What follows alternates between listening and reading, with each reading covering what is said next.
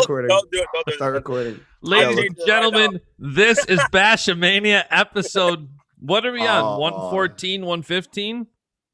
So if you couldn't see, David's background was himself. I don't. Awesome, which was awesome. We might have caught that. We did for like a second. It's for a meeting, and I didn't want to show my face. Now I don't know how to do a profile thing. It was like a Big 12 meeting. Oh, and so that's smart. I moved my face, and that was the only thing they could see, and they could hear me talking and stuff. Okay, that's fair. It would also be funny to get a cardboard cutout and just put it somewhere and just put it right on there. Just I have a couple of those. Of you? Yeah. From I want a Cenzo cutout. I want a Cenzo. We'd have them for matches, right? So like we had I had a cardboard cutout of Zane outside of my house, like pretty much throughout all of college, which I think is awesome. That's awesome. But yeah, no, my mom has my one. I don't know where the other one went, but yeah, we used to get those I need one for when the podcast studio gets built out. That'd be that's top notch. By the way, a couple things, and we'll get into this. Number one, this show is brought to you by ATAC. ATAC is a leading training app coming to the market very, very soon. As I've said before, I don't want to get too far into it right now because I want to save some of the juice for when the app launches. You guys are definitely going to want to get it. But it is a training game. You can score points. There's leaderships. You can see who truly works the hardest. Newest product to the wrestling market, built by wrestlers. Tons of wrestling content. It's going to be sick. Follow them on social at ATAC.app, ATAC.app.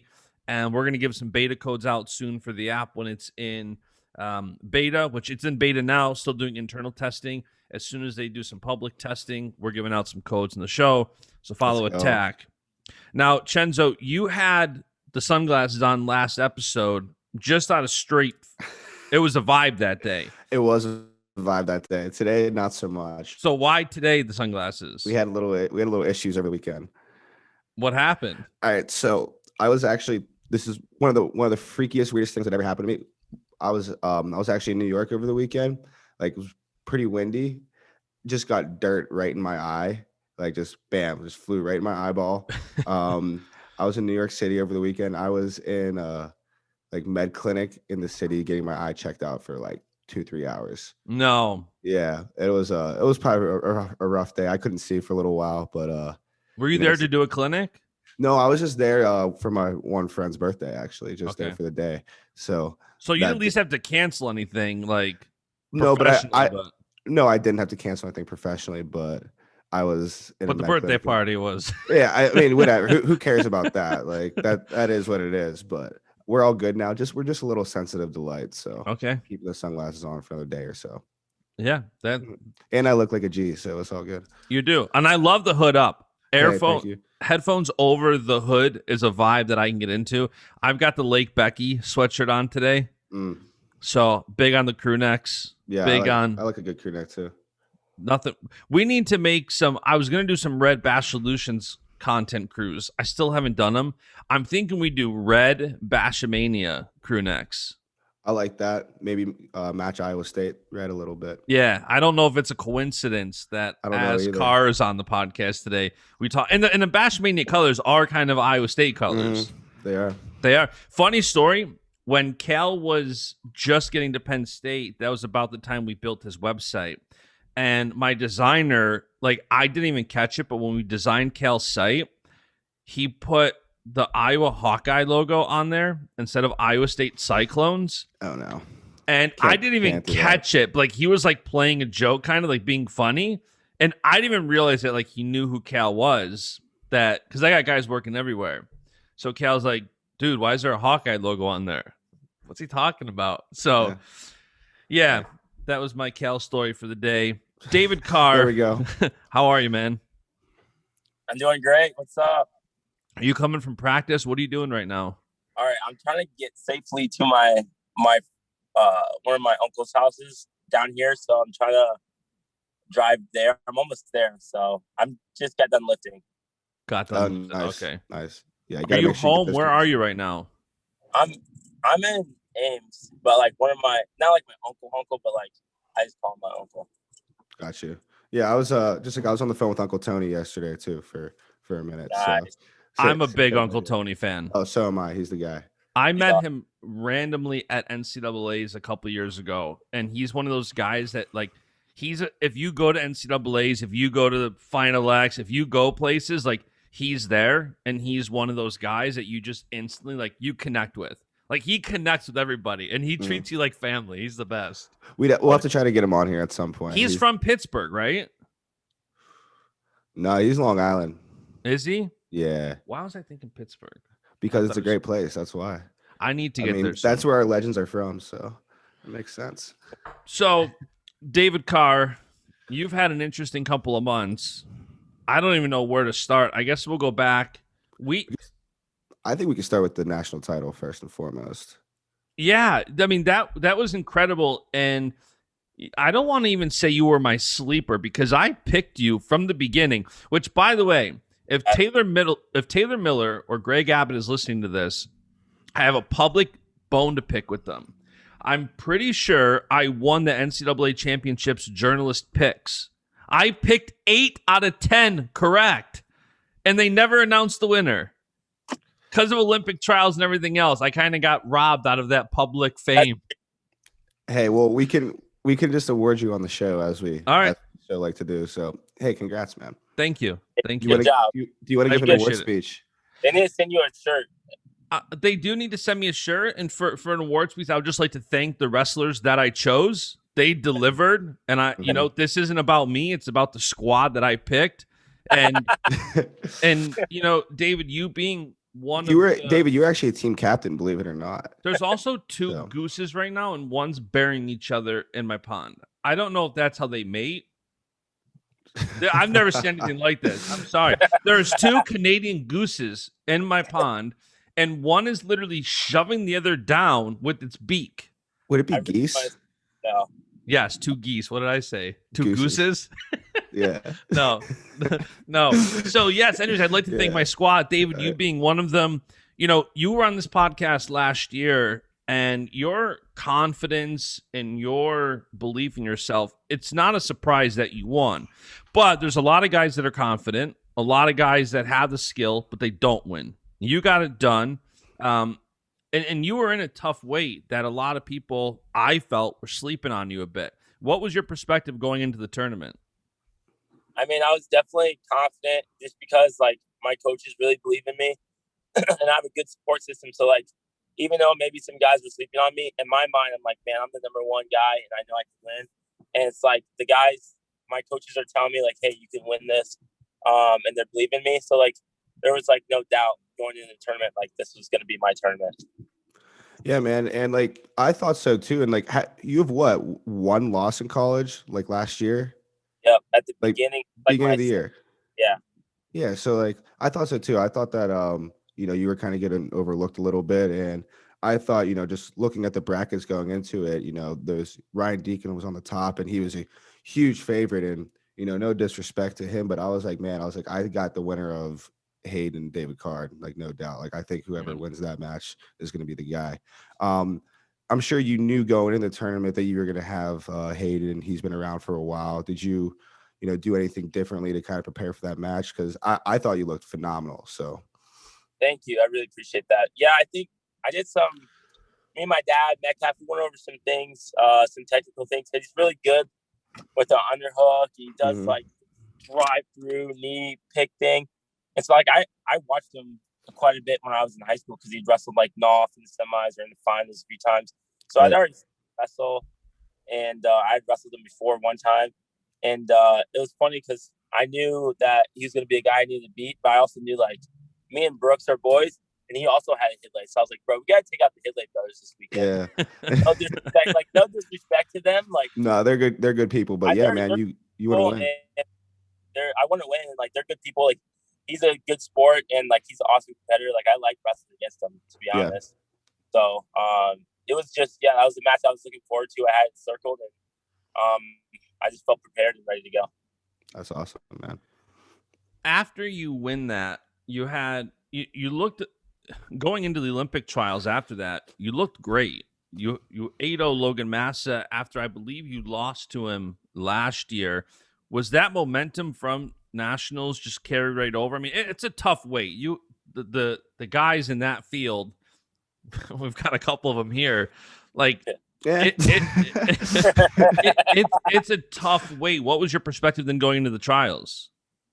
Honestly, I told my dad, I was just like, I'm just gonna have fun.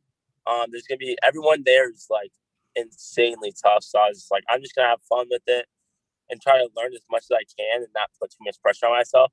And then they had like, I drew Logan Mass the first round. I was like, literally, that's the senior level guy I lost to like not too long ago. So I was like, well, I might as well just go out there and throw it out there and just see what happens. That's just, I mean, it's just wrestling. Like, to me, it's not that big of a deal. I just like to have fun and just wrestle as hard as I can each match. And I thought that was a kind of a funny first round matchup too, because 2 weeks prior at Nationals, you guys wrestled 2 weight classes apart. He was at 74, you were at 57. Yeah. And yeah, but so I want to go back to trials in a second, but finishing up with NCAAs, the celebration, dude. I'm sure you've been asked about it a bunch. I actually watched it again yesterday because legendary. Like, yeah, that was one of the best celebrations like I've ever seen in wrestling, no doubt. Like you guys definitely planned that, right? Yeah. So the story is like we were like warming up, and like I had joked around because the Metcalf film came out this year, and so it's fresh in everybody's brain, and it's like fresh in my brain. I was like, man, I was like thinking like, how funny would it be? Like, because you haven't been on the national, like if you like when you're on the national stage, you push Caldwell and stuff. I was like, how funny would it be if you like pushed me or like tackled me or something? And if I did a flip, he was like, I mean, I don't know how funny it would be, but I mean, I'll do it. So, for him, it probably just stung a little bit. So I was like, and Metcalf's a good sport about it. So I was like, hey, I'm gonna do a backflip, and like, if you decide to tackle me, that's fine. But if you don't, I'm just gonna look sick doing a backflip. That was pretty much what I said to him before the finals. Win-win. So was that a plan right before finals, or was that planned before? The warm up. So like that day before the finals, we warmed up, and I said something to him. I was like, "Hey, we should do this," and he kind of was like, "Oh, maybe," and then that was it. That's the only thing we really talked about. So then you just went for it after, and he participated. Yeah, I was about to do a Gable Stevenson backflip, and then it was just like, if he tackled me, it'd be sweeter for me. I was like, I was hoping that he would tackle me. But also, you didn't know as you're doing the flip, and then he were going for either or. Yeah, I was going for either or, and like I wanted him to, but I wasn't sure if he was going to. He did it. That's sick. Yeah, I like that. You can't. Yeah, you can't beat that, especially when like everybody was talking about it, like best celebration ever, best like. Yeah, if you know wrestling, then like you love that. Like, there's just no doubt about it. Like, because like everyone has seen the video of Metcalf pushing Caldwell a dozen times at least. And I feel like awesome. I feel like a lot of people don't call things back in wrestling. Like once it happens, it's very cool. It's whatever. They talk about it and then it's dead. You never hear about it again. Right now, like that was cool to bring it back after everybody's like all nostalgic, like, oh, he did the thing. he did the thing. Yeah, that was a great moment. So what are you training for now? What do you have going on now? Right now, I'm just like lifting, getting my AJ Ferrari on, and so like I'm not really doing much. I'm literally just big time chilling. I'm doing some Bible studies with Aaron Brooks and like trying to spread the gospel and just having fun. Like this is a good time to relax and lift hard and just just learn about myself and grow as a person. Yeah, I think that's all good stuff, man. I think just learning more about you and keep staying healthy, right? Staying in the gym, not taking too much time away is all good. It keeps you healthy, keeps you focused, keeps you ready to rock. Yeah. And I want to ask you too, because I believe when you came on the podcast last year, it was after NCAAs were canceled, right? Yep. Yeah. And we had talked about your faith and the role it's played into your career. And I feel like when something bad happens or something negative, it's often easier to grow from it. But I love that after you won, you're doubling down. You're doing the Bible studies with Aaron. You're posting a lot of scripture. What led to kind of doubling down even more and doing it after you win everything? It's just like I owe everything to God. He's just like, he's my rock. He's my faith. He's my foundation. So everything I have, I owe to him. So I'm just I'm so grateful for this year, the fact that we had a year of wrestling. So I'm just so grateful. And I just feel like now that I have a little bit of a platform, I can like share the gospel and people like want to listen to me because of my accomplishments. And like, so that's like kind of the reason why I've been like sharing a lot too, is just because I feel like more people are like, oh, I wonder what this guy's faith is, or he keeps talking about God. What's this God guy? So I'm just trying to share as much as I can, and with the platform I'm given. And Cenzo, no disrespect to you there, he has like double the Instagram following you do, and he says the little platform I have, like it's like 15 times the one I have, double the one you have, and he's like, with this little platform. I never claimed to have a platform or a following of any sort. So, well, everybody has a platform. Yeah, something like that. How about I have a funny story. Let's hear it. Well, it's not really a funny story, but like, so like in high school, I like looked up to Cenzo and stuff. I was like watching this guy wrestle. He was so relaxed. Like he didn't like, it looked like you didn't care like most of the time you're wrestling. So I was like, I like DM'd you a long time ago when I was like, I think I was like a junior, and I was like, hey, like, what do you do like to relax and stuff? And this is back when like not many people probably know who I am. And he responded, and I was like, wow, like I can't believe he responded. I think it's crazy. What did I say? Did I have any good wisdom for you? Yeah, you gave me some good wisdom. You were like, hold on one sec. Oh, that's interesting. Not just some you fluff. Were, nice.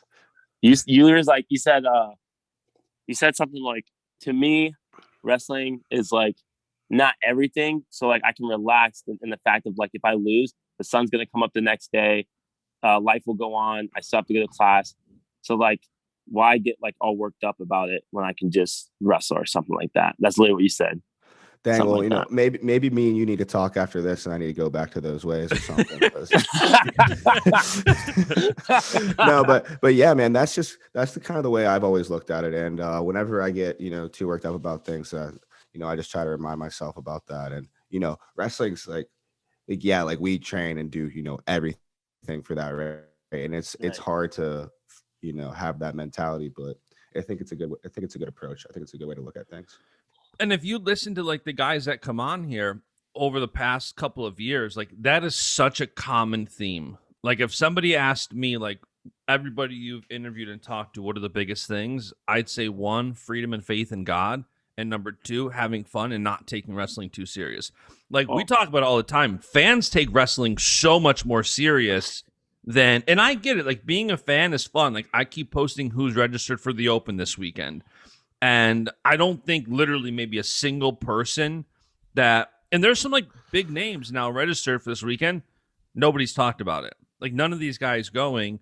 And so I get it from being a fan, like you get into it. But as a wrestler, I feel like the more freedom you guys have and the more fun you guys have, the more success you have. And I've seen that as I've started to pay attention to the guys that are going out there and having fun. Man, it's such a difference from some of these guys who take themselves way too seriously. I think a good, representation of that was after the Hodge results came out and all the fans were just like freaking out, And I'm just like, man, both those guys are monsters. Like, who cares? I actually voted for David Carr for the Hodge, to be honest. Hey, I only gave up 1 takedown this year, so I thought I had a good little shot. Bro, I did vote for you.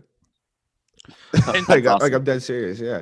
That's awesome. Thank you. Yeah. So, and it's funny when I put out the graphic on Baschamania of like, so this is who this year's Hodge Trophy candidates are.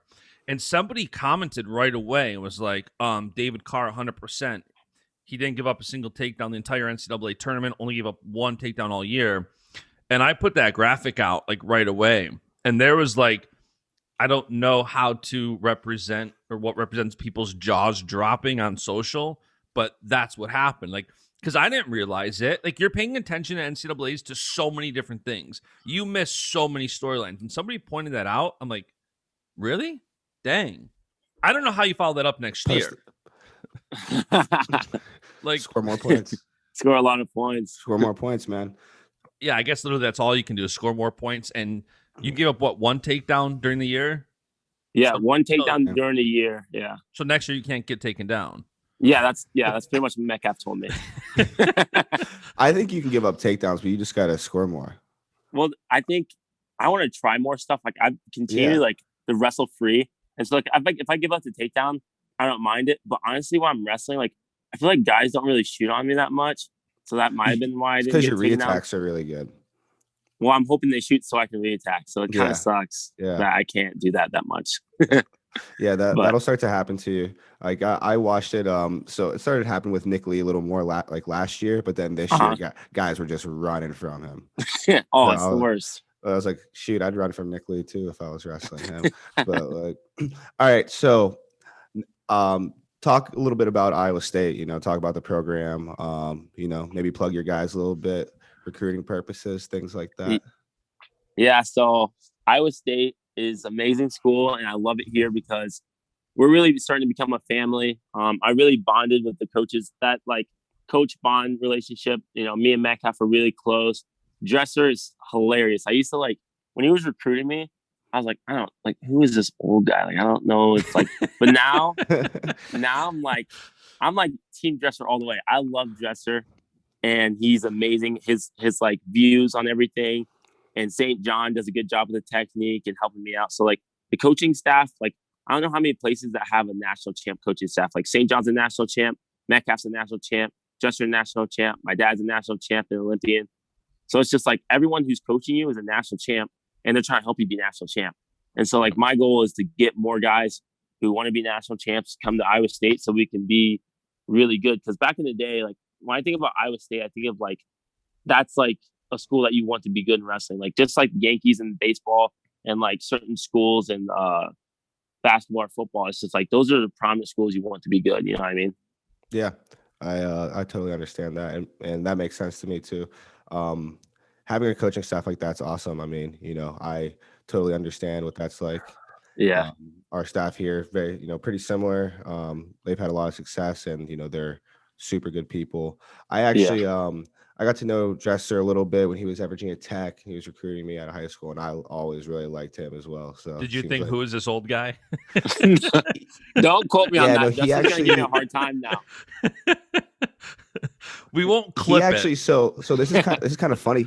He didn't directly help me out with my like penetration for wrestling, but like so he was pretty much telling me, he's like after practice I would just take shots back and forth for like hours, and I was like, all right, cool, like if that's what's going to help my shooting, and that's what I would do, like shoot back and forth hours after practice, and it helped my shot a ton. It really did. Like it helped my penetration. I can go just like way further now. So shout out Kevin Dresser for that. There we go. So awesome. Let me ask you this, because, you know, we're in this spot now where free agency post-college is such a thing, where you have guys like Gilman leaving Iowa and Snyder leaving Ohio State. But you see at some schools, like let's say Penn State, where you have guys that are there and they only wrestle there. And you definitely, like, when I think Iowa State, I think you. And I believe you were their first junior world champion, right? Yep. First junior world champ at Iowa State. So it's like, and I know you still have big aspirations that you'll have Iowa State attached. I know it's early on. I know you're still going through college, but do you see that as a potential plan, like being in Ames for a long time? My goal is to like stay in Ames because like my dad's the RTC coach, and so he's had a big influence on my career, and he's so savvy when it comes to freestyle. So I honestly would like to stay in Ames and keep working with him in a more personal level, and him helping me with my technique, because his freestyle knowledge is just, it's insane. Do you feel that kind of like, you know, I asked the question a good amount on here about, you know, do you feel that kind of responsibility to be a leader and to help the younger guys? And I get when it's like, hey, I'm still competing, I'm not trying to be a coach, but naturally I feel like you're in that position where you are kind of a leader and you really are a brand ambassador for Iowa State. Do you feel that even more now being an NCAA champion? Yeah, I feel like now I have to step into that role more, because like I wanted to prove to those guys, it's like, man, you can get it done at Iowa State. And I think some of these guys are like, I don't know, like this or this, but like you can get it done here. And they're starting to believe more. And like my job is like to work hard, but also to bring those guys along and be like, hey, like come do this extra workout with me. Come run the stadium with me. Come do this. And if you do that, I think you can have big results. And so that's my goal, is to push the team and kind of lead them to Big 12 team titles and stuff. Yeah. And so you have what? You have 2 more years or 3 more years left? 3 more years left. 3. Dang, that's right, because the eligibility. Yep. So the plan is 4-time NCAA champ. Yep. I mean, one at a time, but that's the goal. 4 times. One match at a time, dude. Yeah, I got to worry about whoever I have first. And what's your senior level plans? I mean, the biggest goal is to be Olympic champion, world champion. So, I mean, 2024 is going to be on my mind and like getting ready for that and training for that. No doubt. Yeah, I remember you were junior world champ 2019, and this year it's funny because guys go so quickly to that next level where they're not juniors anymore. And as I'm like looking at registrations, and I don't follow juniors nearly as much as seniors, and you can see how young some of these guys are, but then it's funny when you make that jump to the senior level. And for you, I mean, you're right there with a lot of the competition. You've always had a tough field. That's not going to change, but even now more so. Where's your confidence level on the senior level so far? It's still growing. Like I'm still learning the ins and outs of senior level. It's just the weight classes kind of suck because 74 kilos, like it's just kind of like the guys there are pretty big. Like when I wrestled Knopf, he just felt so much bigger and stronger. And I was like, I cannot do anything against this guy. I was literally like, I was on weight after the match. And I was just like, man, I'm just not big enough for 74 kilos. So it kind of sucks. I just wrestled 57 all year. So my body's naturally shrinked. Like if it would have been later on and I had time to lift and get bigger, I think I could have, but it was just really hard. The weight is like where I don't think I have confidence in, but 70 kilos all day. That'd be perfect. Is that where you think you're going to end up? Oh yeah, for sure. I agree with you on that. It's just like, I don't know if it's just like the weight itself, but it's, it's grown, man. Like everyone holds their weight differently. Yeah. Right. So like that's something that I'm, getting adjusted to also. Like I came into like I tried to make sure my weight cut and everything was, pretty good, kind of perfect for that. And I came in too small. So that's just something I need to adjust and work on for, next time I compete or anything like that, just to, if anything, let my weight stay up a little bit longer. I don't know. Yeah. I brought it down too soon, man. Yeah. And that can happen. Yeah. And, it's not no excuses or anything like that, but you could definitely feel the difference. Well, and Cenzo, your last 2 losses are both against guys now who are wrestling 79 kilos this weekend. You know what I mean? Like those are guys who. Yeah. I mean, like I said, it's not an excuse or anything, but I definitely feel like I could have came in a little heavier for that tournament. I was like 3 pounds under a few days out. No way. Yeah. Dude. I got a little small. Yeah. I got a little carried away with it, but yeah, it's all good. It's all that coffee. It seriously is. But I want to say it was during Last Chance. I think it was Adam Felters that tweeted out like, what kind of coffee is Cenzo drinking? That was. I saw him at the Olympic duels a couple weeks ago. How was that? I mean, M2 champs. We wrestled their Iowa team in the semis. And he was a little upset, saying that we were getting all the calls. No, that sounds like because of Magic Man. Which, I mean, hey, I don't have anything to say about that. So, yeah. And by the way, people listening, because I know as soon as we put this out, they're going to start asking. Willie is coming on soon. We're getting it done. There was timing issues last week, and then the cadets, and it's happening soon. We haven't recorded it yet. As soon as we record it, I'll put it out probably this week. And if you want the episode, just blow up his mentions on Twitter. Just keep mentioning him, asking him when it's coming out. Yeah, and don't text him because he doesn't answer text messages. He doesn't. No, he answers if you're not trying to get him to do a show with you. Yeah, if it's about nothing, he'll answer. Like, what temperature are you cooking this pork shoulder to? Yeah, like right. He'll snap right back with that. But hey, Willie, when are we recording? It's like. Yeah. So those people that are going to tweet that out, hopefully you're listening to this. Episode's coming soon. So I want to talk about the Open for a minute. I want both of your guys' opinion. Yeah. Too soon. Too soon what? Too soon. The Open's too soon? They're holding it too soon. That's my way too soon. Yeah, so I would have wrestled in it if they would have gave it like a week or two. Like I'm not just going to hop in the Open right now. Because seriously, I need to chill. That's what I'm hearing from a lot of people. And I have exams. Literally the day of open. Like I have finals, exams. Like I can't miss more school to wrestle because I've already missed like 2 or 3 weeks for trials and nationals. Like I just need to be weeks later. Like, and I was talking about it with Zane, and we were pretty much just like, yeah, like everyone that wrestled in the trials, like that was their peak, right? That's where we've been, trained to peak for. Like, we're not gonna get ready to compete just a few weeks later. Give us like, if there was a few more weeks after, there would be a much bigger turnout. Oh, for sure. Doubt. And that's why they changed it from a 2-day to a 1-day format, because of how many people were not entering. They thought it was going to be a lot bigger. I don't know who thought it was going to be bigger when it's so close, but I don't know who did that. Yeah. But so 2 things that I'm curious on both of you guys' opinion on. One is, you're seeing 74 was the biggest weight where people spread out and went down and up. You have Pantaleo and Green, Yaya Thomas and Berger all down at 70, McFadden, Marsteller, Taylor Lujan, Aymar all up at 79, which makes a lot of sense, right? Because if you win this, you're qualified for the world team, you're on the Pan Am team, seeding criteria, probably whatever else. I am surprised at the guys that are wrestling the Olympic weights, because doesn't seem like there's much incentive to go unless you want to just get matches in. Like Lugo and Ironman and Dom Demas are all there at 65.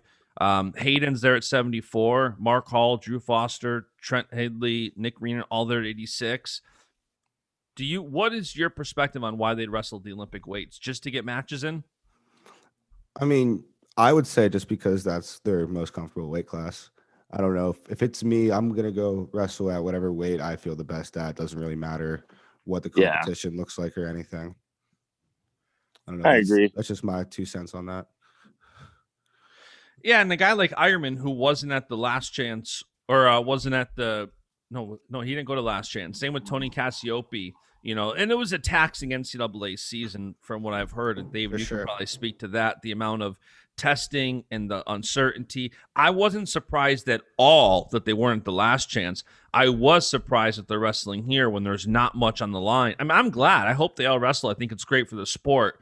I'm just wondering more, like, for the non-Olympic weights where you have a Pan Am spot on the line, you're getting ready for the World Championships, you're adjusting to that weight. That makes more sense to me. But it's going to be interesting. I'm excited for some of these matches this weekend. Yeah, I mean, I'm always, whenever there's good wrestling on, I'm always going to be dialed in. So pretty much whoever's wrestling there, I'm like, some guys that I'm pretty close with are wrestling also, like Mark Hall. So I'll be dialed in for that for sure. Yeah, Mark Hall is going to be fun to watch. Kyvon Gatson and Nate Jackson, if they wrestle for the 92 in the finals at 92, I think that's going to be a great match. I don't think we've ever seen that before. David, I know exactly who you're rooting for. Man. Yeah, I'm going Gatson. That's going to be a good match. Nate's that's an interesting good. Match. That's going to be because that's tough. That's tough. Gatson has really heavy hips, so I don't know if he's going to get that double leg, but he's also good. I've seen him chest, like upper body, like body locks and stuff. So it's going to be crazy. It's going to be. Do you think going down? Do you think he's going to be good at that weight? I don't think he's been down there in a long time. He hasn't been, but I'll tell you what. Watching him train, he's dangerous, especially being lighter. Like, I'm starting to wrestle him a little bit and like just sparring and stuff. And I'm just like, wow, you were fast for a big guy. He is. He's kind of been in Snyder's shadow for a while because Snyder is so dang good. And, he's always like runner up to Snyder. And Snyder's obviously one of the best in this country. That's not an easy thing to do. What do you guys think at 70 kilos? Yeah, best in the world. 70 kilos is interesting with Pantaleo, Green, Berger, Yaya, others. I think Green up at 70 is a different wrestler. 100%.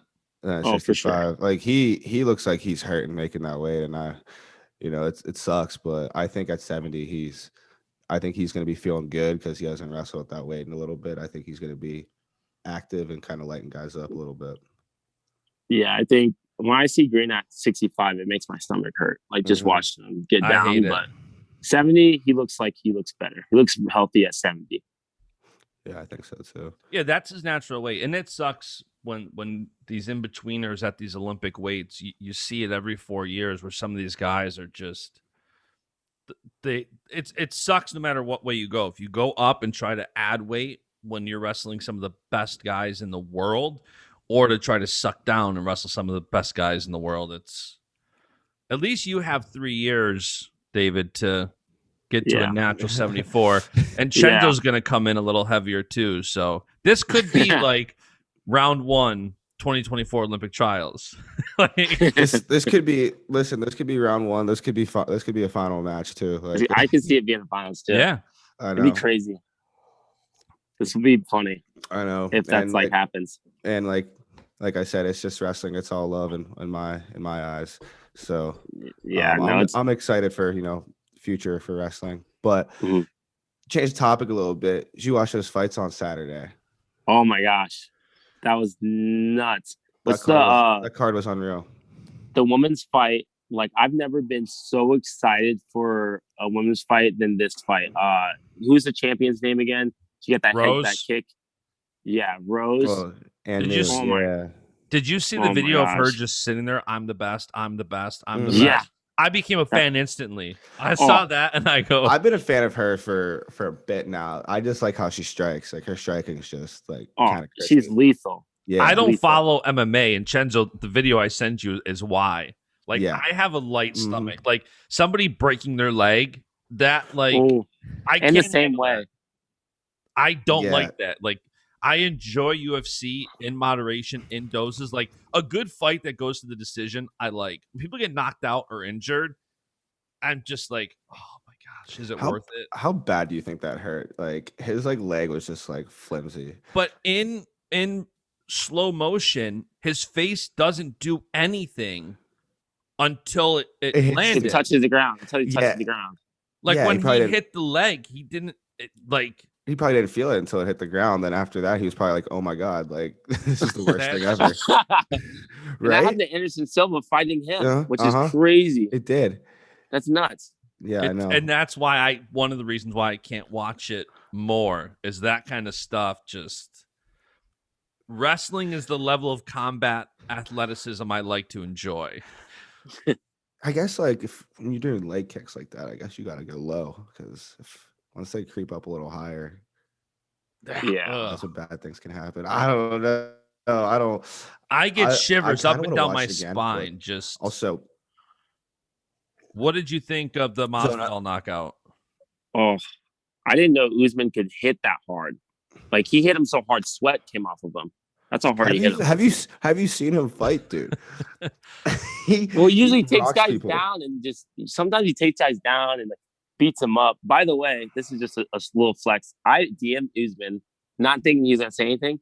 I was like, hey, I would love to come down and wrestle with you and stuff. He's like, dude, I would love that. Like, you have to. I was like, what the heck? This Usman dude's like, dude, I gotta get down there. You have great luck DMing people.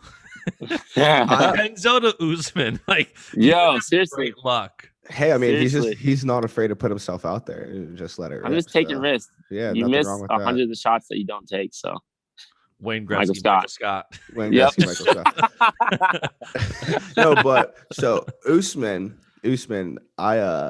his knockout strike was awesome. He actually pulled George's hand down, which like I was kind of upset by that. I mean, I'm a fan of Masvidal. I actually, I'm not saying I think he was going to win, but I think he definitely had a better shot in this fight, and his striking was looking good too. He was in the fight. Like it wasn't. I didn't think it was going to be as bad as last time at all. Not saying it was bad or anything, but it's kind of unfortunate to see how that happened. But yeah, man, Usman's like his jabs are like crosses, dude. He rocks people. Right, his striking it's so basic too, but he hits hard. He has some serious power. When he knocked him out, and then he kept hitting him on the ground, I was just like, make it stop. Well, they don't knocked him out, and then it was like 5 good it's not like boxing. hits. Yeah, it's not like boxing. They're gonna keep hitting you while you're unconscious.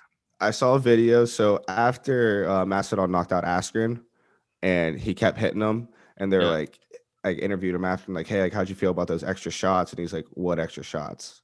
And they're like, after you knocked him out, you kept hitting him. He goes, those are super necessary. Like until the ref, he goes, my job's to hit him until the ref pulls me off. Wow.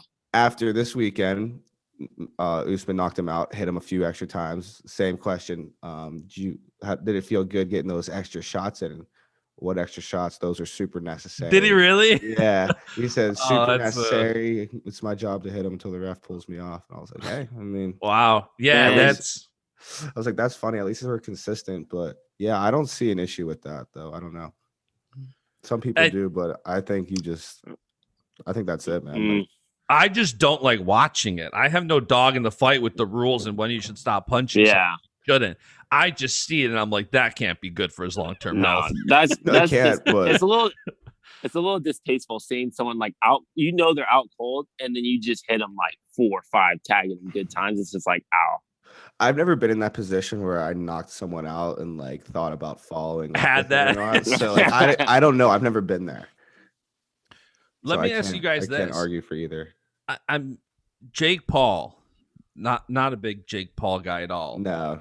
But he tweeted at Dana White with somewhat of a good point. Like, Jake just made more money than the majority of every UFC fighter ever, but like 2 or 3. And it's wild to see if stuff like that is going to start changing the landscape a little bit, where, again, I don't care for Jake Paul, but he's not wrong. He made a ton of money basically marketing him, and they sold the fight made like $75 million. That's and it's so much more reliant on the fighters and the brand. Nobody cares. Oh, Triller's having a card. I got to watch it. Like the UFC's having a card. Then you find out who's watching, and the UFC can kind of put you over. It's very interesting to see what's going to potentially happen with the level of the fight game, both boxing and MMA, as you start seeing these massive paydays. I think it's just an interesting thing. Yeah, I mean, I don't really know how it's going to affect the landscape, but I think if anything, it's growing combat sports. So without a doubt, I'm all for it. In every way, whether it's. And I think there is a trickle down to wrestling too with that, just because like all these people that are involved in, the MMA world and everything like that, like Ben Askren's a wrestler, right? Like, so that fight does put some sort of spotlight on wrestling a little bit. Maybe not the most positive. Even Jake Paul was a wrestler in Ohio. I remember watching him wrestle. He got like 5th or 6th or something, maybe at state. But I remember watching him and his brother wrestle. And then I went to OU, and I remember OU, they were on campus, like shooting like vines and stuff. I was like, who are these guys? Like, what the heck? Next thing I know, they're like freaking super famous, and they're calling people out and fighting Mayweather and fighting like it's wild. Nate Jackson, like all these like other guys. It's like crazy. And Jake Paul needs to like fight an actual boxer if he wants to prove himself as a boxer. Oh, for sure. I agree. Like, I love the comments that are like Jake, bro. David, I can remember if it was you who commented actually. Yeah, I did. Yeah, it was. I commented on his post. He's like, quote unquote, Olympian or something like that. Yeah. And you're like, bro, chill. He retired, had hip surgery. Yeah, like come on. Like, don't be in a different sport. Flex on his Instagram. I was like, he was flexing on his Instagram, like, yo, I just beat Olympic. I was like, bro, relax. This dude had hip surgery, just came out of retirement. Like, I could fight my grandpa right now and probably knock him out. Like, are you comparing Ben Askren? No. I'm not. Is that what you're doing? I'm not comparing. I'm just saying hip surgery. Like, old people have hip surgery. Like, I don't know. Yeah, you're right. No, but and I don't know. Nothing against Ben Askren. You're not wrong, dude. No, Ben Askren's an amazing athlete. But Cenzo and I both said that in December when this fight was like rumored. Like, the guy retired and had hip surgery. You're not going to fight in a couple months. Like, yeah. If his peak is a 10, this had to be like level 2 Ben Askren. Yeah. Like at that. So, and how much did he care actually too? Like, I don't think he cared that much. He didn't. This was an excuse to train, and this was a payday. Nobody ever did an amazing thing because it was an excuse to train. Yeah. Like, this was just an excuse to train, and it was a payday. Jake had a lot more in the line. I just hope now, like, he's making himself such a villain, which is a very dangerous spot to be in. And I don't know. He's got everybody's feeding right into it. Oh, come fight me. I'll knock you out. Come fight me. Like, everybody's feeding right into it. Yeah. And that's what he wants. I don't know if he's ever going to actually take that real fight either. You know what I mean? Like, I think he'll keep taking the Ben Askren and type fights with more gimmicky where he can knock the person out. Yeah. All I know is if I can get super famous, I'm just gonna start fighting other famous people and knocking them out until I make millions of dollars, like Jake Paul. Like that's actually kind of smart, to be honest. As much as I hate him, that's pretty smart. Agreed. From a marketing standpoint, and it was very smart. We gave him the credit for picking Ben because Ben's he's got the credentials that you can argue. He's gonna hype up the fight. He does a great job of promotion and self-promotion. It was a great pick from Jake's people. But now it's like, if you do that again, now that you've beat up somebody who's not a boxer, I don't know how much room there is to do that again. Like you at least have to get closer to a boxer. Right. Tyron Woodley. Let's go. That's what I'm saying. Yeah. I'm here for it. I think we're all here for that. Except the only thing though is that like Jake Paul is like a bigger guy. Like Woodley's not a small dude, but like Paul's bigger. I don't know. I'm not exactly sure how big he is, but like I'll still ship it. He's a lot bigger than Ben Askren. I think I'm not even gonna guess because I'm gonna be wrong. Now allegedly Logan Paul and Floyd Mayweather are gonna box on like June 5th or something. I don't get it. I'll probably watch that too, though. What else? Yeah, I'm just gonna not watch. I'm not just gonna. Did you order the Jake Paul Ben Askren fight? Yeah, I watched it. No, I didn't order it, but I watched it. Someone else ordered it. So. Did you, Dave? Yeah, it was the stuff before the fight was crazy. Did you guys hear about that? I saw Ben talk about it a little bit. Like he was like embarrassed that his fight wrestlers that he trains were watching it. I don't know. It was so bad. It was not like family friendly. It was just like rappers and girls shaking their butt and like slap fights. It was weird. I heard there was a lot of weed talk too. Yeah. So Pete Davidson was like there, and they were doing some videos, and he was like, "Yeah, you could see how legit this event is because they asked me to be here." Like, just that's funny. Yeah, just like ripping on himself and the event. I was like, yeah, I mean that makes sense, but. Yeah, he was ripping on everybody that whole time. He was ripping on Jake, and Jake asked him to come. Like he asked him to be there, and he was literally like, "This guy's an idiot. Like, look at him." It was so funny. I find that funny. David, we've got a new segment we've been doing. Word association. We name a couple words. I saw you do that with Carter. Yeah. And all right. It's our new thing. Cenzo, you want to go first? I'll start. Folk style wrestling. Grind. Robes. Oh, legacy. Wait, so do you guys wear robes? I was State back in the day when they were like kicking major butt. They wore the robes, like these red robes. My dad has a picture of him. Like that's what he warmed up in. And so we're bringing back the robes, and it's like, wow, like it's crazy to me because I watched my dad like in the robes. So it's like cool to wear them. Okay. All right. My next word is cardio. Has to be good. I don't know. Has to be good. Has to be good. Has to be good. My first thought when I hear cardio is like, whew, like it's like an exhale. Like I think I have to go work out whenever when Michael Scott sees Toby and yells no. Yeah. Association to cardio. That's all right. Next word, Bible. Everything. I knew you were gonna say that. It's literally the exact word I knew. Yeah, man. I would have guessed that also. And then last word, one of my favorite words, coffee. Coffee talk. Like I think about you guys. When I think about coffee, I think about you guys. We've made it. I love that. Like that's sick. Because I'll be honest, so like I don't really drink coffee, but that's fine. Yeah. I tune in your guys' show pretty frequently. I watch it like all the time. Like when I'm working out and I get bored of listening to music, I'll just plug you guys singing. I'll just work out and listen to the podcast. I'm like, man, this is really interesting.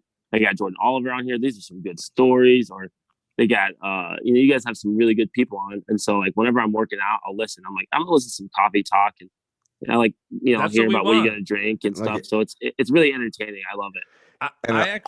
I love that too. And I appreciate that a lot. And one of my favorite things is whenever guys who are like actual, like, current, like high level wrestlers, like tell me that they listen to and like the show. I'm like, yes, like that's what we want. That's what I was just going to say. To know that high-level good wrestlers are listening makes me happy because I don't want to be that, like, frat. I don't want to be that guy on the couch that, you know, like other people complain with or something. And that's why, like, the last time you messaged me, you're like, dude, I just want you to know, like, I love this podcast. Like, I love what you guys are doing. And I sent that to a buddy of mine, Dan Tomaso, assistant pastor at my church. He's like, dude, I'm now a huge David Carr fan. I'm like, I already was a big David Carr fan, but now you see why. All right, my last word, candy. Oh, gummy bears. Love it. That's my weakness.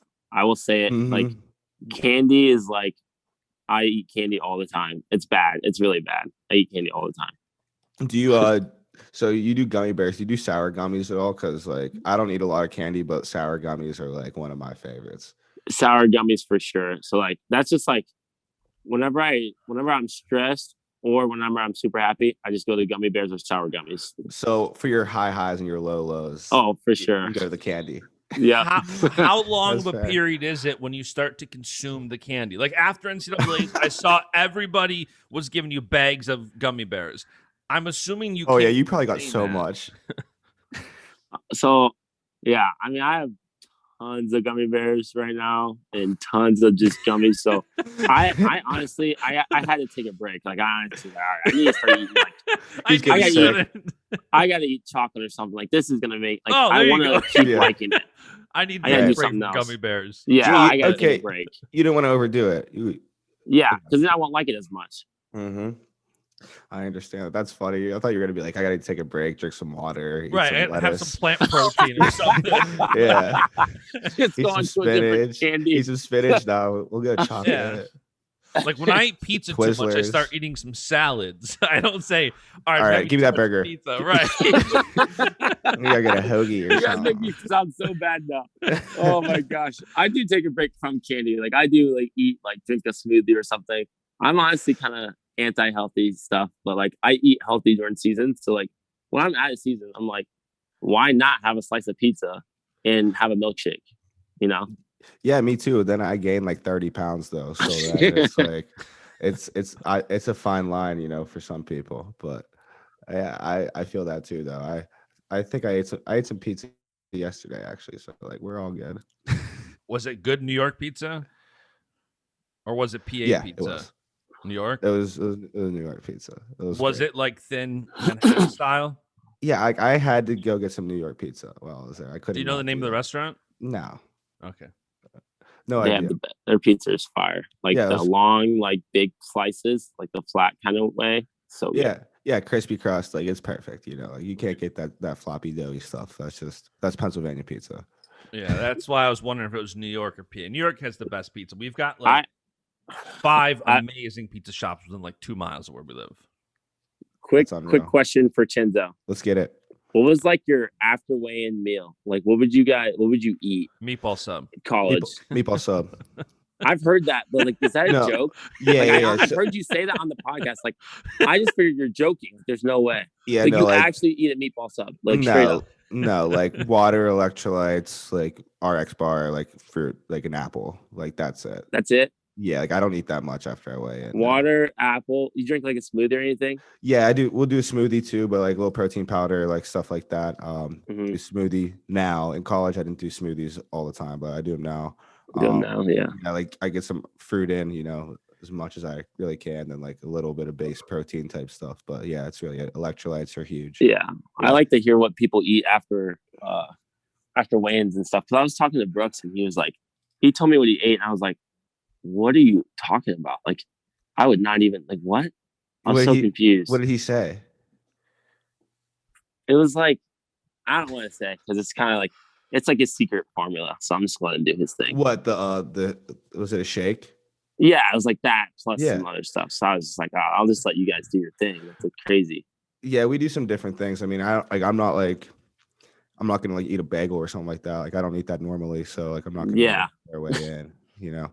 Right. Like, where did the meatball sub joke start from? I've seen it on Twitter at least 20 times throughout your college. A ton.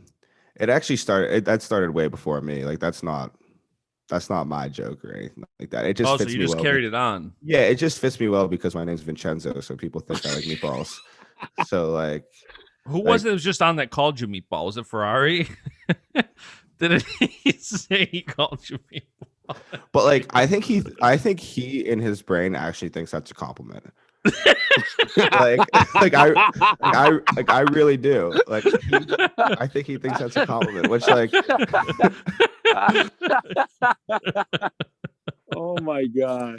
I don't know. Like, it's not like he's like making fun of me or anything like that. But like, it's not. How fun? I don't love that. Was it having him on the podcast? How that was like, dude. He's electric, man. I love that. I watched that podcast. I thought that was so funny. Cenzo and I both texted right after. Like, one of the biggest takeaways was that there's no on-off switch with him. With guys with a personality, a lot of times you see an on-off switch. He is, from when he wakes up to when he goes to sleep, he is the AJ Ferrari you see mid-match hyping up the crowd. He really is. That's him.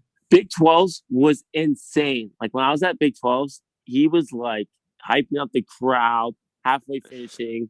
He would get taken down, get a takedown, and start like celebrating again. I was like, what is... I was like, I've never seen like Big 12s was so exciting just because I was like, I'm watching this guy's every match now. Like, I have to see what's going to happen. We said the same thing. People watch him all the time. It's unreal. He's blown, like, compared to before, and not that he wasn't big before. He's just taken off, man. Just from like, yeah, he's an awesome wrestler. He's really good, but like, I think his antics just really just pumped that up even more. Well, did you see Masvidal at his weigh-in? Yes. He's like, I borrowed that crazy pose from my boy AJ Ferrari. Yeah, that's nuts. That's mainstream attention. And like, one of the things we talked about was the fact that he not only is doing these antics, but he's winning. Yeah. If you do it and don't win, that's one thing. But he went out there at Big 12s, did that and won. He went out there, NCAA championships. He's giving these crazy interviews, and not crazy in a bad way, just like full of energy. The sport's not used to. And then he's winning. Like, that's an amazing formula for brand growth, for hype around the sport in general. Like, that's awesome. We need more characters. We need more personalities. Yeah. And not in a bad way either. Like, I don't know. Do you guys watch baseball at all? Like, I really don't. I did for a while. A little bit. All right. So recently. So that dude, Fernando Tatis, right?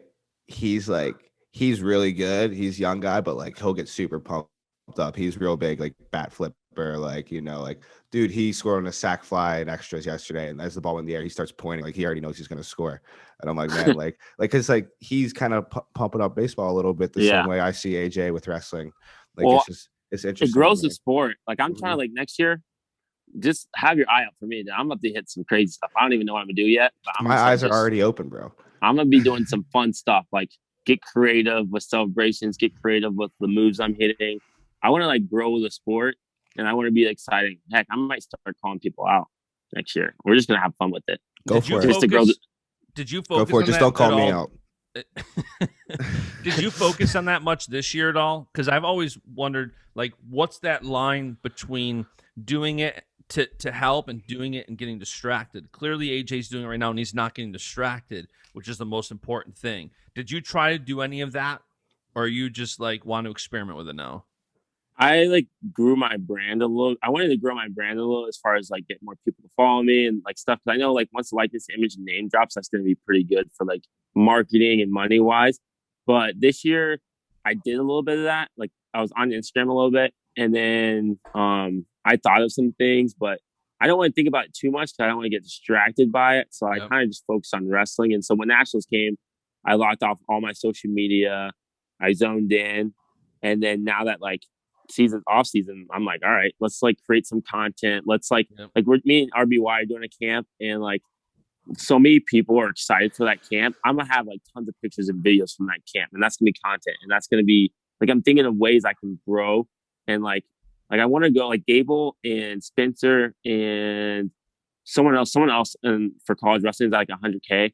Like I want to be like at 100K by the end of the summer, and I want to grow my brand. You know, that's what I want to do.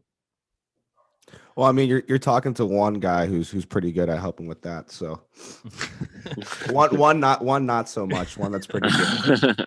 So maybe you could ask Justin about that, because I think Yanni's the other one who just crossed 100. Yanni, yep. Yeah. That's a lot. That was the name I was thinking about. So it's just like wrestling is becoming really mainstream and getting really big, and I want to be a part of those guys that people, when they think about college wrestling, like, man, David Carr is exciting to watch, or he's doing these crazy celebrations with Metcalf. Like, I want people to remember that, and also I want people to know, like, my legacy should be about my faith, and like that I care about my teammates, and that I treat others well, and that I love the Lord. But it'd be cool to be like, oh, I'm excited to watch this guy wrestle too. Yeah, and I think everybody can play to what their personality is. Just because you have a brand, you don't have to do what somebody else does. And you see that a lot right now, where you see people simply trying to mimic someone because they have success doing it. But the most authentic growth, or the most growth, usually comes from being authentic. I think that's why you're seeing that with Roman right now.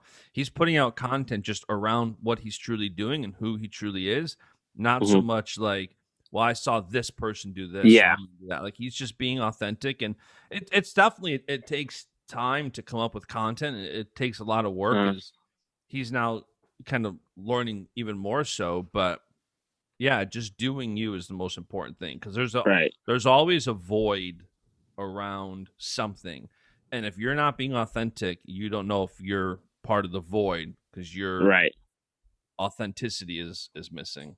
So I love it. I'm here for it. I never want anybody to get distracted, but especially nowadays when you can, and as we get closer to monetizing names and images in college, I think it's so crucial to do both. Like you said, if you're focusing a little bit less during the season, and now off season, you're going to continue the momentum and staying relevant and being in the public eye. I think there's a lot to do. That's why I told Carter, if you don't like consuming it, you can still make it. You can make more, consume less. That's a good rule of thumb. So do you know Tyrese Halliburton, or is he just comment on your posts? Because that's a guy I saw comment. I was like, ooh, that's kind of cool. So I like NBA. So no, I know him. So it's like we had a class together, and then we were also in this I think we're also in we had this class together, and we had another thing together. And I remember in class he came up to me, and I'm like, I know who he is. He probably doesn't know who I am. I'm like a freshman. And he was like, yo. You're a wrestler, right? I was like, yeah. He's like, I have no idea what's going on, in this class. I literally was like, listen, dude, we have this group project coming up. You can just be in my team, and I'll just do the work. I'll just figure it out. Just show up to class, and I'll do the group project. And you, man. It was pretty easy. It was easy group project, and I was so now he always he'll mess he's in the NBA now, and he'll mess around. I'm like, hey, it's a good job at nationals. I'll never forget you. Help me with that group project or something like that. That's pretty funny. So it's really cool. He's doing big things, and it's really cool seeing him do well. Yeah, heck yeah. I thought that was interesting too, because just to go along with your social media blowing up and things like that. I mean, I just found that interesting. Him, a lot of other top fighters and stuff like John that. Jones commented on my profile and shared it on his story. I was literally yo, I've been a John Jones fan forever. So I was this is crazy. I talked to Daniel Cormier. He DM'd me after nationals. He's like, dude, my son literally loves watching you wrestle. Can you play Fortnite with him? I was like, yo, you could ask me to walk up the bridge. I'm running off that thing. I love Daniel Cormier. And I'll play Fortnite with your son. I'll do whatever. This is crazy that you're even talking to me. That's pretty cool, man. Yeah, it's cool to watch the crossover. I love seeing that. That was one of the ways I got Kurt Angle on the podcast, because he follows and pays a lot of attention to Seth Gross. And so when I'm so Seth actually connected us. And when Seth told Kurt, look, I love this podcast. Justin's a great guy. You should do it. And Kurt's never done any wrestling media in this amateur Olympic scene.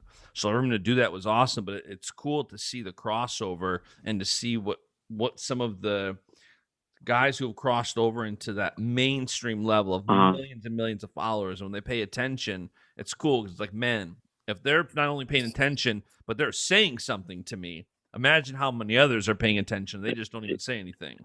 Yeah. So, and I think the connections are big. Because I remember I was like, yo, you have to get AJ Ferrari. And you're like, well, I don't know if I have his number, or he hasn't messaged something back. So I text him dude, you need to get on this podcast. you will genuinely have a good time because you guys are just funny and you guys create a great environment.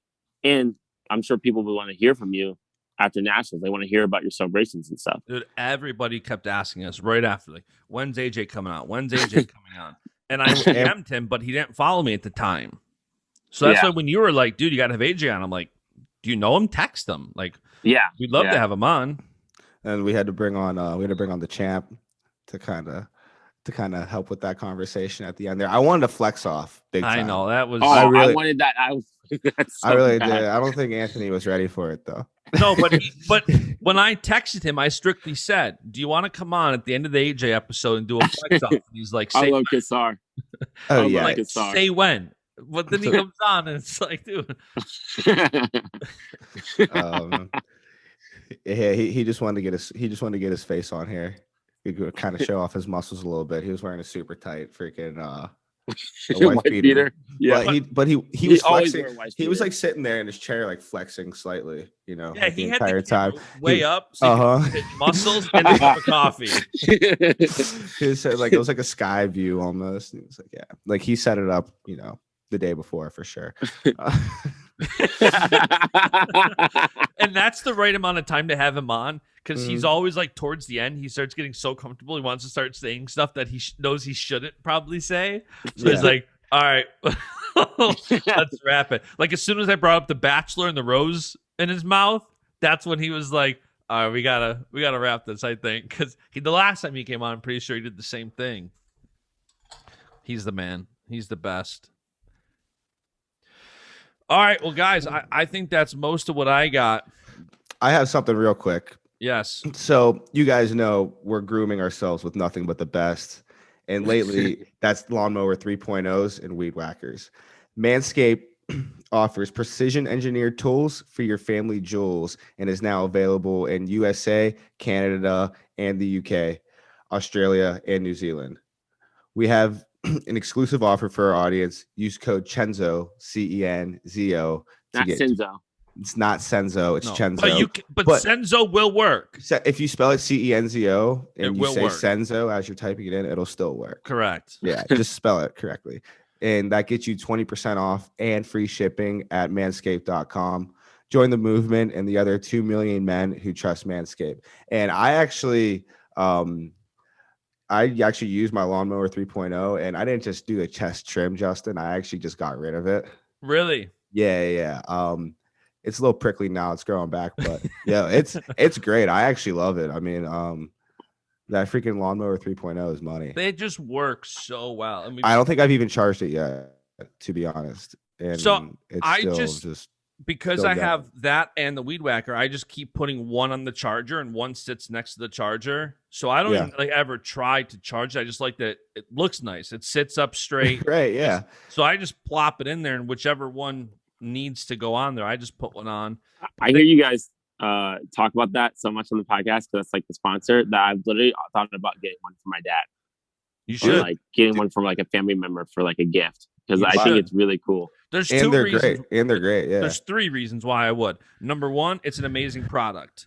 Number 2, it's something everybody needs. Everybody needs a trimmer. And number 3, if you're going to have a trimmer, why not support the companies that are supporting wrestling? Like, that's what we want to do with this podcast. We want to bring sponsors on that are new to wrestling. And money coming into wrestling is a good thing. Like, Manscaped is now contributing to this podcast and doing what we do. Like, why not support those companies? So Manscaped is the company to buy a trimmer from, a groomer. They have the nose and ear one. I just do that now. Like, right after I brush my teeth, just a quick little make sure. I don't know if I've ever had ear hair. I haven't either. It's just I was thinking about that.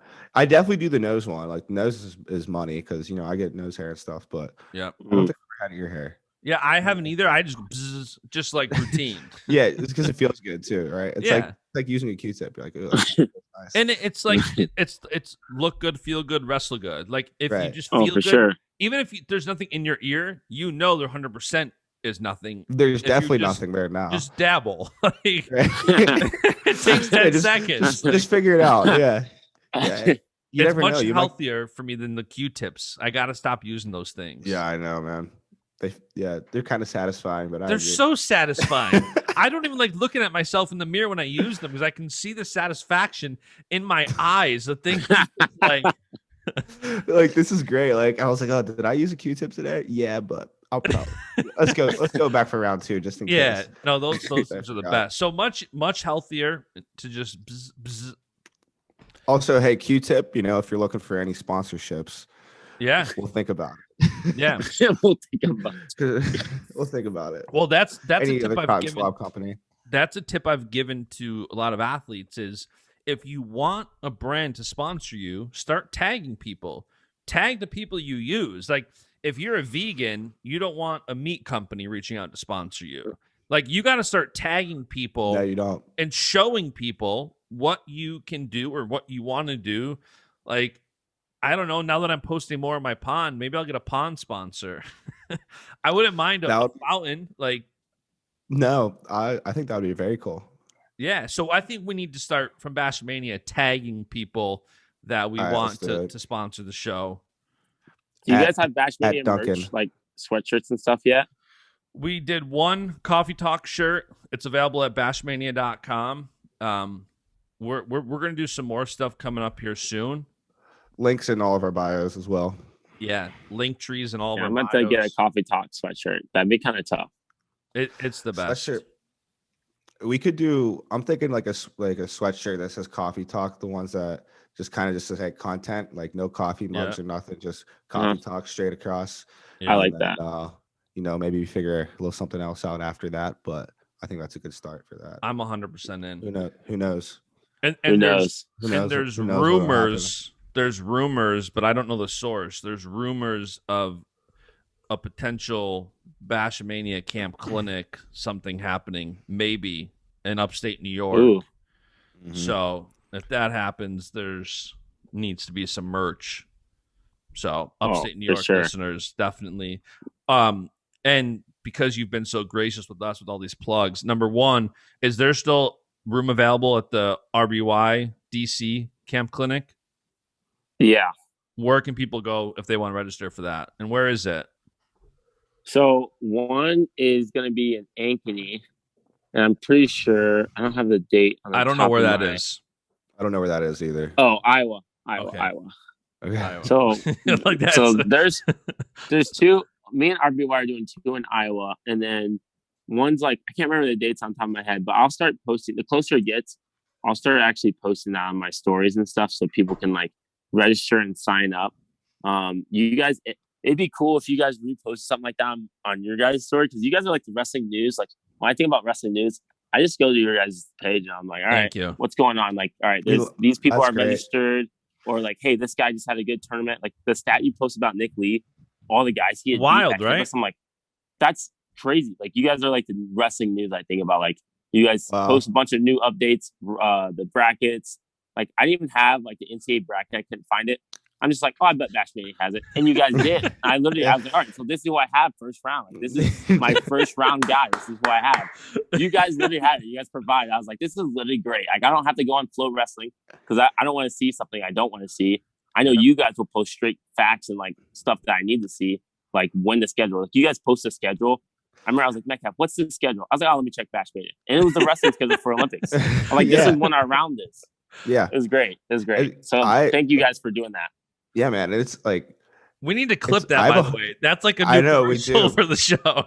I have like other than looking at our stuff, like I have a hard time finding things too. And like whenever I go on Flow to like look for things, I feel like I have to like read through like 4 articles first, and I have to sign in twice. And I think it's to sign in. There's so much stuff, and it's such a major gap right now in the sport is that people just want to know something. It doesn't. Everybody's kind of covering the stuff that they can monetize, whether it's a tournament they're covering or whatever it may be. And I think there's a gap in some of these little details like schedules. That's why we post that stuff. It's like there's so many people that, and I know as a wrestling fan, I know the stuff that I want to see. Like, just give me the brackets. Stop making me click a link. Stop making me jump through 17 hoops. I want to pinch and zoom, and I want to see who's wrestling. I want to be able to look back to it easy. So that's why we're doing that. We're not going to slow down anytime soon. And a lot of those facts, like the one about you not giving up a takedown in the tournament, Nick Lee, like a lot of them is now we're creating a really cool community that people are remembering what we talk about and they're joining the conversation, which is what we want. And so they're like commenting and and so when somebody comments with something cool like that, bang, we'll put out a graphic like that's cool. Let's put a spotlight on that. It's getting to the point to where there's also people that I don't want to say they're irrelevant, but we're starting to get a lot of people who like just want to be on the show. Like, hey, I've got a story to tell. Hey, what about me? And it's like, look we take everything into consideration, but if we said yes to everybody, I think the credibility of the show starts getting watered down, and that's not what we're looking to do. But I do love when people are commenting facts or when they want to be on the show because we say yes sometimes, whether it's because it's awesome. Yeah. I mean, that's how I got on the show. I remember, I commented Carter. I was like, "Yo, that's my boy." Like Carter was on the show, and then you're like, "Yo, you guys should get on." I'm like, anytime for coffee talk, I got time. Like, let's do it. Yeah. So you commented that, and I just texted Justin right away. I was like, "Why don't we not have David Carr on just next week?" Because I'm like 100%. That would be electric. Yeah. So it's pretty simple with us. We just kind of text back. I love that. Like, hey, this person, yeah, let's do it. And I did a call last week, did some consulting about media and podcasting stuff, and the guy was asking me like, so how far in advance do you plan your episodes? I'm like, a day, 2. Like sometimes right like now. Yeah, like we're rolling with it, and as it's a vibe. This podcast for me, it's a vibe. And when there's something going on, like I love that we didn't have someone like there's people that we know, like we have an ongoing list of people we'd like to have on, but when something pops up, I want to be able to move around. Like as soon as you commented on that and Cenzo's like, dude, let's have him on 100%. Let's do it. Next episode, so I love being able to do that. And I love this community around this podcast. Hopefully it's only going to continue to grow. I suspect good. Yeah. And we've been getting a good amount of support too. And like I said, I'm super appreciative of that. And, just want to keep the ball rolling, really. It's fun. Yeah, I think it's so many people listen to you guys. Like so many people that are currently wrestling, like tune in. And it's like, it's really cool. Also, if you guys are tuning in, like, repost, reshare, subscribe, unsubscribe, resubscribe, PMT style. That is cool. Like I don't ever get starstruck, right? Like I'm not somebody who like I've met Jay-Z, I've met so many people and I just don't get in like awe.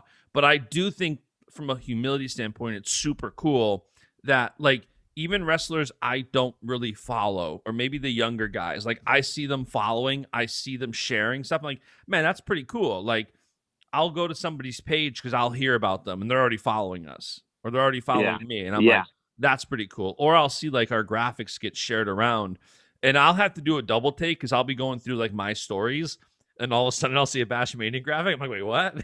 Like, was that the Baschamania Instagram? No, it's so-and-so sharing. And I'm like, so huge. Yeah. And the show's on YouTube. It's on ROKFIN in video form. I like both podcasts. I like listening to audio when I'm driving or doing something. But if I'm chilling in the office, I love putting it on the TV on YouTube. I don't consume much content. I'd say Dave Portnoy's podcast. And I like when Willie does his First Word show.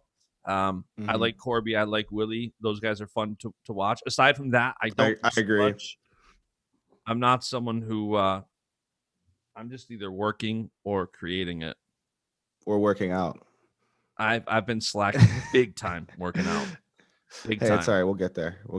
I think I need to start helping you guys in the brand and marketing side. I need you guys to train me and just like whip me into shape.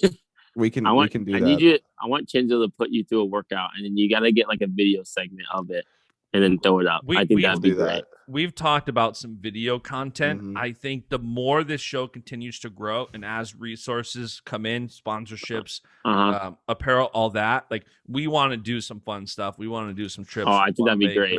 And we need to get media credentials for pretty much every big tournament next year. Which shouldn't be an issue because I got them the last 2 years to pretty much everything. So that would be like a blast. Like it'll be on me. Let's see if I can acquire. No, we'll get it. You got it. You'll get it. Yeah. I think I should be good though. Yeah. And like David, imagine you go repeat, you win another NCAA championship, and right after you win, Cenzo's backstage with a microphone, and I'm sitting there with a camera. Like, who's not watching that? Dude, I would love that. Like, if you guys are there, like, I hated that for nationals, I think I listened to one of your podcasts, and you're saying how you had to watch it. You were there, but like you couldn't be there, and you had to you had a media pass or something. Yeah, for this year, I chose not to go because if you had a media credential, you had to sit in a press box with a mask on the entire time. And I'm like, I'd rather sit home, create content, and I end up going to a wedding in Miami. So we just went there for the week. We're chilling in the hotel room, but we were able to have a fun episode. The next day, have Roman on and Nick on, and that was fun. But there's nothing like being at these tournaments, so hopefully things are starting to get back to normal, and then we can start being at the events. I think there's some killer content. Like, we haven't even scratched the surface with what I think is possible. Wow. So, I think exciting stuff, huh? Who's your dream? Who's your dream? Like, all right, you guys had someone from Jordan Burroughs all the way to like just so many people from college athletes, current athletes, senior level athletes. Who's someone that you guys have wanted to talk to that's maybe on your list that you guys haven't talked to yet that you want to reach out to? Tom Brady. You should get some UFC fighters. Tom Brady. TB12. I'm down to Tom have. Brady. I'm 100% down to have. If somebody's big enough like Tom Brady, I'd break outside of the wrestling. I think we could. We could definitely make an exception for Tom Brady. Make an exception for sure. But Tom I love the wrestlers that have succeeded in other areas, whether it's like Kurt Angle winning Olympic gold, whether it's Sean McDermott. That was probably my favorite episode. Having the head coach of the Bills on, that was super cool. But like the John Joneses of the world, the Daniel Cormiers, these guys who have these massive wrestling audiences, and they have the wrestling backgrounds, I think those would be fun. I wanted Cal to be on. That was like my only guy that, like, if I did a wrestling podcast, I had to have Cal on. And I wish the episode was still up. Like, once I had him on, I'm like, okay, like, everything else is going to be kosher. Like, Cal came on. Because nobody could even like Cejudo or someone like that, I think would be, great. He'd be awesome. Yeah. He'd be great. I think you guys should, like, for like super like hype, is getting some of those guys. That'd be so cool. Because for me, I'm like, I would love for you guys to ask some wrestling questions because like you don't hear them talk about that much. And it would be really cool. Like, wow, what was your weight cut stories? Or like, what was your wrestling like before you got into UFC or something? Like that's what I would want to know. All right, so you let us know whoever you would want to have on, like interview wise, and then we'll just bring you on. You can ask them the questions that you want. Best that'll be sick for all of us. Yeah, that would be insane. I'll have questions prepared. I'll even drink coffee for it, and I'll have my coffee cup. Like I'll have my cup, my coffee cup, and everything, and I'll be ready. So John Jones, when you tell us how you started, you'll be like this though, because you don't drink coffee. You'll be shaking. Well, hey, there's no condemnation for decaf. Hey, I might have to go decaf. I'm cool with decaf. So yeah, okay, you can go decaf. We'll get rid of the shakes. Did I ever tell you about the time that Jason Nolf drank coffee for the first time ever? No, but love to hear that. All right, so I'm on my official visit at Penn State, and he's my host. But like I've wait, so he did not drink coffee at all till. Yeah, you're at the point he doesn't drink coffee now. Okay, really. So we're out to dinner. We're at the tavern, and like he's never had coffee before. And like we're getting coffee like after dinner. Like there's smaller cups, right? And like I'm getting one. Like I drank like one or two, and he's like, first time drinking coffee, and he drank like 5 or 6 cups because he was like, this is really good. And then I was like, dude, you got to stop, like, because just finished dinner. It's probably getting like 8 p.m. ish, something like that. He said he slept for like maybe an hour and that his heart was just like pounding through his chest like the entire night. And he was just like sweating profusely. And he was just like, oh my gosh, like staring at the ceiling. Was this during season then too? No, it was preseason. It was like fall. So yeah, first time Jason Wolf drank coffee, drank like 6 cups of it at nighttime. That's scary. Yeah, that's. I already have like ADHD and I'm super hyper, so like I would not like if I drink coffee, it would probably help me focus a little bit. But if I drink too much, I'd be like all over the place. But it's funny. Too, yeah. I have ADHD and coffee. It does help me focus a bit, but it also makes me tired a bit. It's something with when you're hyperactive and you drink coffee, it like mellows you out. It's very weird. Why do you think I just slam coffee all the time? Yeah, I might have to start. I'll start drinking coffee a little bit. So then, whenever I have that Cenzo talk or a coffee talk, I'll be ready to go. I won't be it won't be shaking. I'll be used to it. Right. It'll mellow me out. Mm-hmm. There you go. I'm in. I'm here for it. All right, guys. Any final words? Thanks for having me. Yeah. No, I don't have any final words other than like and subscribe. Yeah, like and subscribe, and subscribe, then unsubscribe, then resubscribe, and then and get Manscaped. And get a Manscaped. And get Manscaped. Yep, get a Manscaped. And be yourself, man. Be yourself. David, to close out episode 114, do you and Aaron currently have a Bible study planned for this week? Yes. What time? Usually, same thing. I'm trying to think. Let's see. This week, we're going to probably go for Friday, and we're probably going to go around 12. I'm going to text him. We FaceTime like every week, so I'll probably FaceTime and just be like, hey, what day works for you? But I'm guessing Friday, and I'll post something on my story about it too. So have you been tuning into those? I tuned in a couple times. You guys have not had good timing for me. Like, I'll see it's going live, and I happen to be like the construction going on. But I've hopped in a few times, and I love it. That dang construction and COVID. Thank God the dozer's out back right now. So otherwise, it'd be right next to the window, and probably get a nice. Plan on Friday. Friday. Sure. I haven't tuned in yet, but I'll be tuning into the next one if I'm available. 100%. Awesome. If you want to just text us a time to see when we're available, I'll make sure. Include us in. Include us in the planning.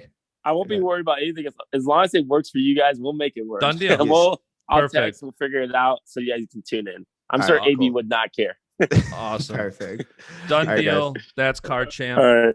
That's 114. See you Car guys. Talk later. And the beat goes on.